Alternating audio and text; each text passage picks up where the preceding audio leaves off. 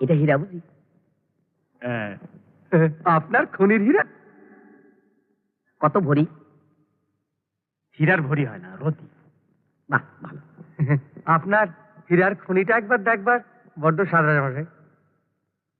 শ্বশুরমশাই বলে দিয়েছেন যদি পারো একবার দেখে এসো হীরা খনি। বললেন অনেক কিছু জানা যায়, শেখা যায় খনি থেকে। বললেন হীরক কাকা খুব ভালো, হ্যাঁ। দেখতে চাইলেই দেখতে দেবেন। বেশ, তো দেখবে কোন মূর্তি উন্মোচন হবে তারপর। বেশ, সেই ভালো।